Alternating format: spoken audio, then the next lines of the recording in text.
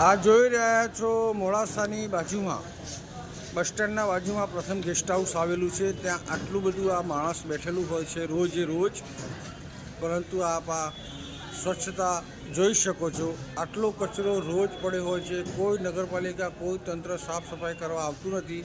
આ નગરપાલિકાનું shopping centre છે. આપ આ જોઈ શકો છો આ હાલત. આ કોમ્પ્લેક્સના સીડીના નીચેનો ભાગ છે.